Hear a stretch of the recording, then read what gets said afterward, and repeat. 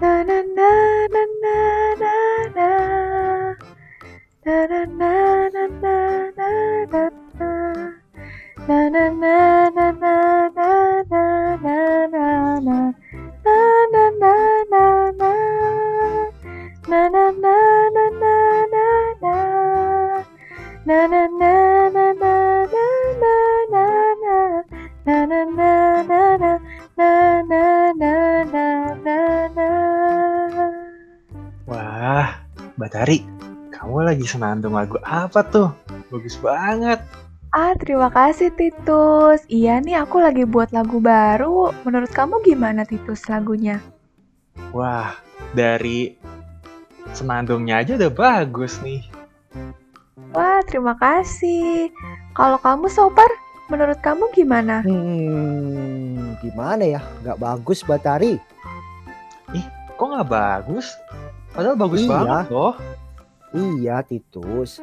Menurut aku, yang tadi disenandungkan sama Batari itu nggak bagus. Tapi kan kamu harus menghargai teman kamu. Gini loh, Iya, Batari. Titus, Batari, nggak bagus. Sopar nggak suka dengernya. aku udah susah payah loh mencari lagunya, nadanya yang bagus gimana. Masa kamu bilang begitu sih Sopar? Ya nggak bagus ya, nggak bagus, Batari. Lagu kamu yang tadi kamu senandungkan itu nggak bagus. Udah. Sopar, Batari, supaya kita belajar bagaimana untuk menghargai teman, yuk kita tonton cerita kitab ini sama-sama. Oke deh, yuk Oke kita nonton. deh. Yuk teman-teman, sekarang kita mau mulai sekolah Injil liburan. Yuk teman, kita lipat tangan, tutup mata, mari kita berdoa. Terima kasih Tuhan, pada hari ini kami bersama-sama mau belajar firman-Mu. Berkati kami dan pimpin kami agar kami dapat mengerti firman-Mu. Dan tolong kami untuk dapat melakukan firman-Mu dan menjadi berkat bagi orang lain. Dalam nama Tuhan Yesus kami berdoa dengan bersyukur. Amin. Shalom! Bertemu lagi adik-adik di Sil Asik 2021 bersama Kak Marsha. Hari ini kita juga akan mendengarkan cerita tentang kisah persahabatan di Alkitab. Adik-adik, hari ini Kak Marsha juga tidak sendirian. Tebak bersama dengan siapa? Jelas bersama dengan Hai, aku Bebek. Hai, aku Momo. Iya, hari ini Kak Marsha kembali lagi bersama dengan Aku Bebek. Dan aku Momo. Teman-teman, kira-kira hari ini Kak Marsha akan cerita tentang apa ya? Apa Kak Marsha? Apa? Iya, sabar ya. Kira-kira Kak Marsha akan cerita apa? Momo tahu pasti cerita Kak Marsha tentang persahabatan, ya kan? Iya, pasti tentang persahabatan. Persahabatan seperti Bebek dengan Momo. Bebek, jangan begitu cerewet. Maaf, aku hanya terlalu bersemangat.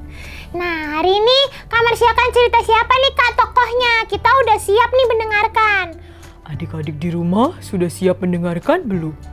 Yuk duduk yang manis, siapkan telinga kita, siapkan hati kita untuk menerima cerita hari ini. Nah, adik-adik, hari ini Kak Marsha akan bercerita tentang kisah persahabatan di Alkitab. Kembali lagi, hari ini kita akan melihat dari kitab Perjanjian Lama. Tokoh ini juga terkenal loh adik-adik. Kak Marsha yakin pasti adik-adik semua pernah tahu, pernah dengar tentang si tokoh ini. Siapa ya? Awalnya nih Kak Marsha kasih clue. Tokoh ini adalah seorang laki-laki muda. Dia tadinya adalah seorang penggembala. Hingga suatu hari, bangsanya harus menghadapi lawan tentara bangsa lain yang orangnya besar-besar. Salah satu tentaranya badannya besar dan tinggi sekali. Tidak ada satupun tentara yang berani melawan orang besar dan tinggi ini. Tetapi si penggembala ini berani melawannya dengan membawa apa? Ketapel dan batu. Wah. Bukan melawan dengan tombak, bukan melawan dengan senjata, enggak, dengan ketapel dan batu. Adik-adik tahu kan siapa tokoh Alkitab ini? Tidak lain dan tidak bukan, itu adalah Daud. Daud berhasil mengalahkan Goliat yang tinggi besar. Dengan apa? Ketapel dan batu. Bukan karena ketapel dan batunya, tetapi karena pertolongan Tuhan dan penyertaan Tuhan sampai Daud bisa mengalahkan Goliat. Wah, hal itu membuat Saul, raja bangsa Israel, sangat senang kepada Daud. Suatu hari, Daud, Saul, dan anaknya Saul yang sulung bernama Yonatan ini mendengarkan cerita. Daud menceritakan dengan antusias bahwa ia begitu merasa senang karena Tuhan menolong dia untuk mengalahkan Goliat, tentara yang besar itu. Wah, Saul begitu terkesima. Kira-kira kalau Saul senang melihat bagaimana prestasi Daud, Yonatan bagaimana? Apakah Yonatan merasa iri, merasa tidak suka? Wah, adik-adik, ternyata respon Yonatan itu sangat bagus. Yonatan ikut senang. Bahkan setelah itu, Yonatan menjadi sahabat yang karib dengan Daud. Mereka saling berbagi cerita. Bahkan Yonatan memberikan pakaian perangnya kepada Daud. Saking sayangnya Yonatan kepada sahabatnya. Begitu juga dengan Saul. Saul kemudian menjadikan Daud ini sebagai kepala pasukan perang. Wah, keren banget ya, hebat banget ya. Dan Daud pun makin hari melakukan peperangan dan terus menang, memberikan prestasi yang bagus, menjadi tentara yang keren. Tetapi ternyata Saul panas hati adik-adik. Ternyata Saul nggak suka dengan keberhasilan Daud. Saul mengira bahwa Daud akan mengambil posisi raja dari Saul. Wah, kenapa Saul bisa berpikir demikian ya? Padahal kan Daud tidak ada rencana seperti itu. Bahkan adik-adik, Saul ini punya rencana untuk apa? Untuk membunuh Daud. Astaga, Daud kan tidak salah apa-apa. Tapi walaupun Saul ini begitu benci, begitu marah dan dendam kepada Daud, tetapi anaknya, Yonatan, ini tidak berubah kasihnya kepada Daud sahabatnya. Jadi suatu hari ketika Saul ini berencana untuk membunuh Daud, Yonatan mendengar. Lalu Yonatan memberitahu kepada Daud, "Daud, ayahku punya rencana untuk membunuh engkau. Kau harus hati-hati." Gitu. Wah, terus Daud bilang, "Apa yang harus aku lakukan ya?" Kemudian Yonatan bilang, "Aku akan berusaha untuk meyakinkan ayahku supaya tidak membunuh engkau. Nanti apa jawabannya, aku akan memberikan tanda dengan melemparkan panah." Wah, gitu. Akhirnya Daud pergi ke tempat persembunyiannya dan Yonatan pun menghadap kepada ayahnya. Mendengar penjelasan dari Yonatan, Saul malah tambah marah. Bahaya. Saul malah bilang bahwa, "Hai Yonatan, kamu ini memang ya anak dari perempuan pemberontak." Hah? Kok bisa demikian? Mengapa Saul begitu marah? Ternyata Yonatan tidak bisa untuk menenangkan hati ayahnya. Dia tidak bisa untuk merubah hati ayahnya supaya tidak benci kepada Daud. Akhirnya Yonatan pun memberikan tanda dengan melemparkan panah ke tempat persembunyian Daud. Wah, Daud melihat hal itu, sedihlah hatinya Daud. Karena tadinya ia memiliki hubungan yang baik dengan Saul. Dan saat ini ia harus bermusuhan dengan Saul dan dikejar-kejar oleh raja itu. Dan akhirnya Daud pun harus lari.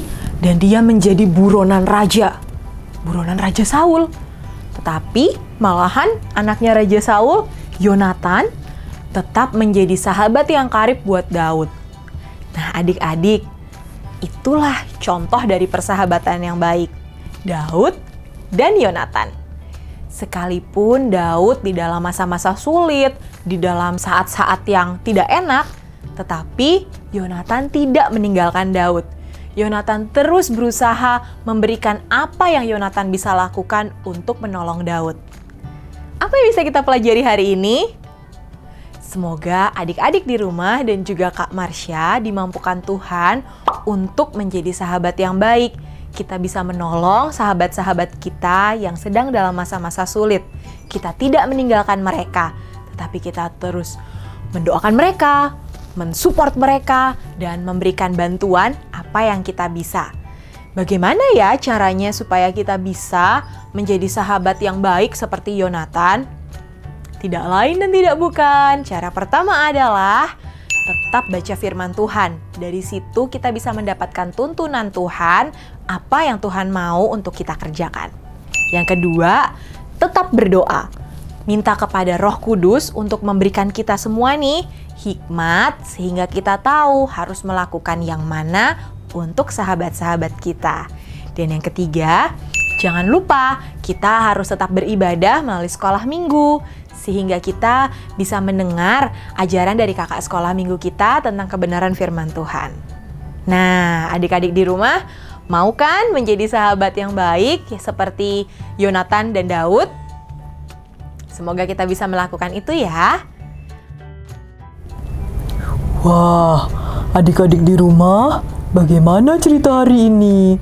Kalian sudah belajar apa nih?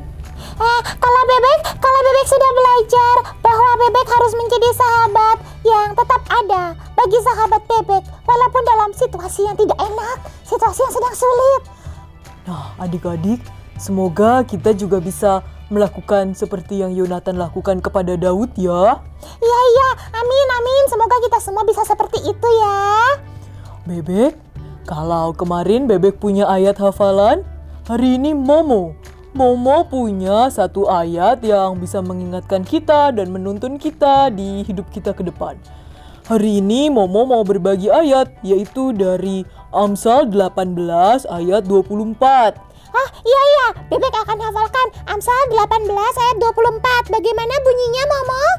Amsal 18 ayat 24. Ada teman yang mendatangkan kecelakaan, tetapi ada juga sahabat yang lebih karib daripada seorang saudara. Sekali lagi Momo, please. Sekali lagi ya. Amsal 18 ayat 24. Ada teman yang mendatangkan kecelakaan, tetapi ada juga sahabat yang lebih karib daripada seorang saudara. Silahkan dihafalkan ya adik-adik, dan semoga ayat ini bisa menuntun kita untuk menjadi sahabat yang baik bagi sahabat-sahabat kita. Terima kasih ya Momo, terima kasih juga adik-adik di rumah. Ya, sampai jumpa di hari ketiga besok ya. Tuhan Yesus memberkati.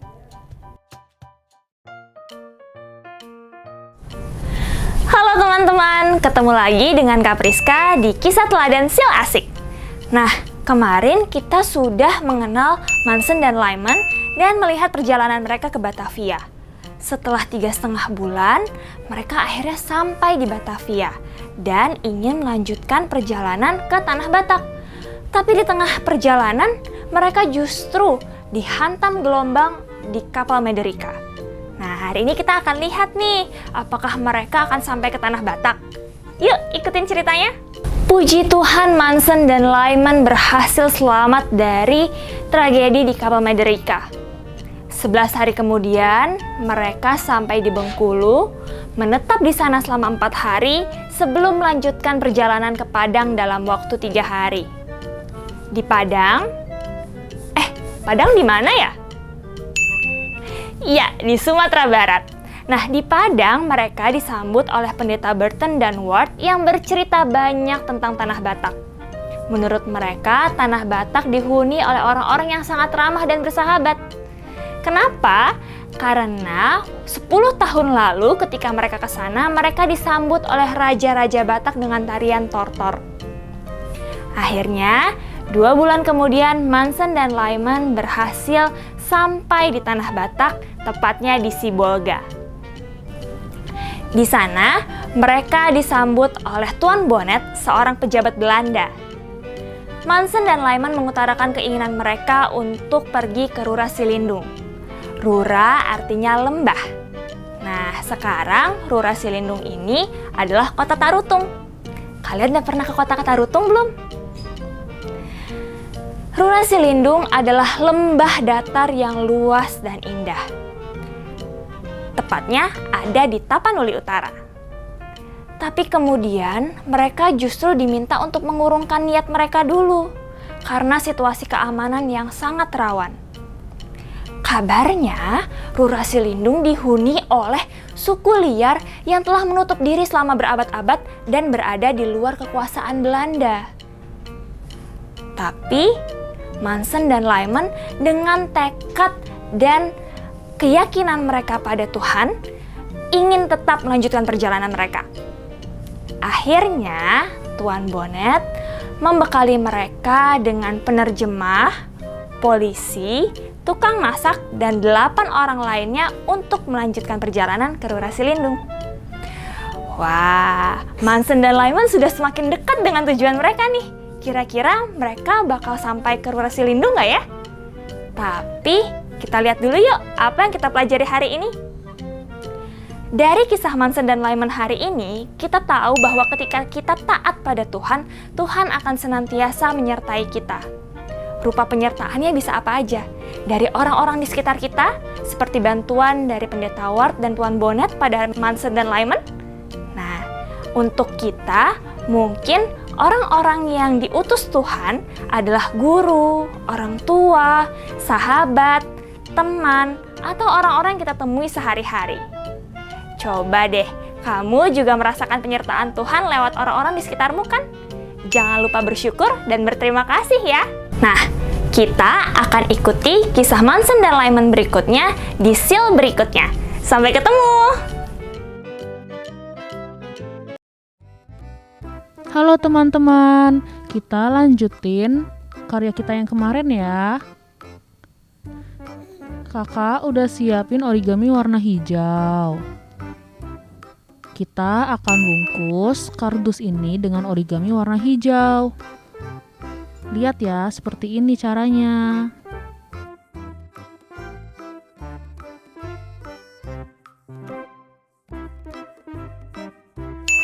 Kalian gunting dulu sesuai dengan ukurannya.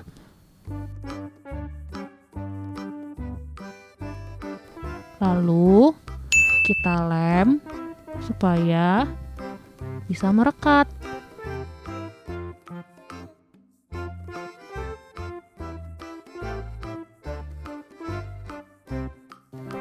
Yang rapih ya.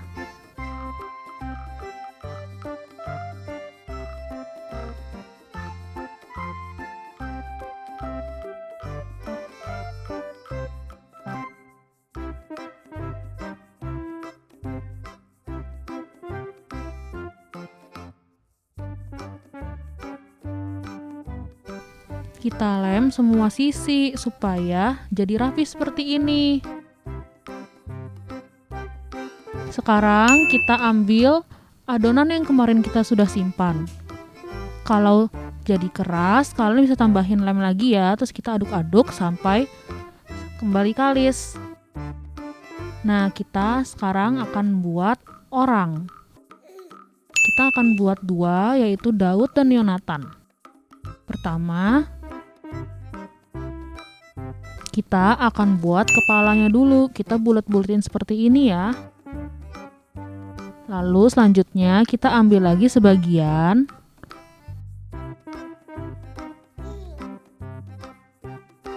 Jangan lupa ditutupin lagi ya wadahnya supaya nggak keras. Sekarang kita akan bikin badannya. Bisa dibuat seperti kotak kayak gini atau sesuai dengan kreasi kalian.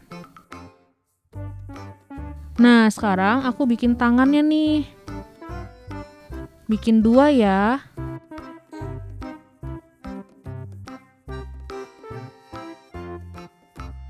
Sekarang aku bikin tangan kirinya dulu. Nah, sekarang aku akan lanjutin untuk tangan kanannya. Jangan lupa untuk kakinya juga ya.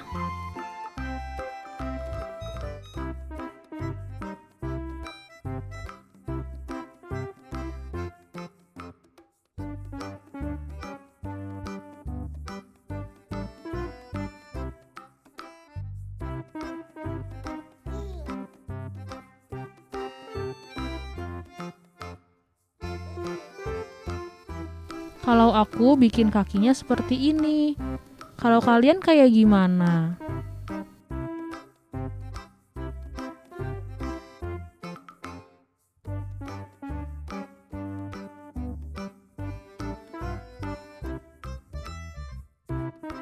Nah, ini sudah jadi satu. Kalian bisa bikin satu lagi untuk Daud atau Yonatan.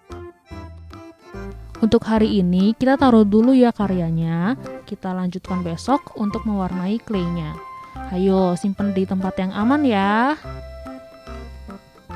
Dadah, sampai jumpa besok. Nah, Sopar, gimana cerita Alkitab tadi? Iya ya, ceritanya menceritakan tentang Daud dan Yonatan yang mereka bersahabat dan saling menghargai dan mendukung satu sama lain. Iya, bagaimanapun juga, tadi kan sudah buat lagu yang terbaik, terutama untuk Tuhan. Kamu juga harus menghargai hasil karyanya. Iya, berarti aku sebagai sahabat kalian, sebagai sahabat Batari dan Titus, aku harus saling menghargai kalian dan mendukung kalian dengan apa yang kalian buat ya. Nah, kalau gitu kalian mau nggak bantuin aku supaya lagunya bisa jadi lebih bagus lagi? Mau. Yeay, terima Sopar, kasih loh. Sopar mau bantuin Batari. Kalau kan tadi Sopar bilang gak bagus, mungkin kalau Sopar bantuin lagunya bisa jadi lebih bagus. Nah, gitu Oke dong. deh. Itu juga mau bantuin kok. Yaudah. Sebelum kita buat lagu, yuk kita doa dulu. Ayo. Yuk, teman-teman, kita lipat tangan, tutup mata, kita berdoa. Tuhan Yesus, terima kasih atas berkat-Mu hari ini ya Tuhan. Terima kasih karena kita telah mendengarkan firman-Mu. Berkati kami, sertai kami, agar firman yang Engkau berikan, yang kami dengar dapat menjadi berkat bagi kami, dan kami dapat mempraktekannya untuk kehidupan kami. Terima kasih Tuhan Yesus, hanya di dalam nama-Mu kami berdoa dan mengucap syukur. Amin.